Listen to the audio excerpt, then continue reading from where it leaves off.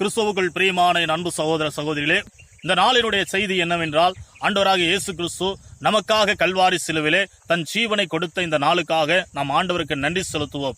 இன்றைக்கு கிறிஸ்தவர்கள் என்று சொன்னாலே இந்த வருடத்தில் ஒரு முறை மட்டும்தான் இப்படிப்பட்ட சிலுவையினுடைய உபதேசத்தை நாம் கேட்கிறோம். அப்படி அல்ல தேவ பிள்ளைகளே, ஒவ்வொரு நாளும் நாம் கிறிஸ்துவை அறிகிற அறிவினால் நாம் நிரம்ப வேண்டும். கிறிஸ்துவை அறிகிற அறிவே உண்மையுள்ள அறிவு.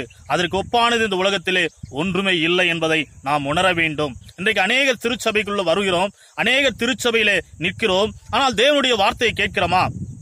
இல்லையே. அப்படி கேட்டிருந்தால், தேவனுடைய வார்த்தை உண்மையாய் நமக்குள் இருந்தால், இன்றைக்கு தேவன் செய்திருக்கிற காரியம் பயங்கரமாக இருக்கும். ஏனென்றால் தேவன் சொல்கிறார், நான் கர்த்தர், நான் செய்யும் காரியங்கள் பயங்கரமானவைகள் என்று கர்த்தராகிய இயேசு கிறிஸ்து தன் வார்த்தையிலே உரைத்திருக்கிறார்.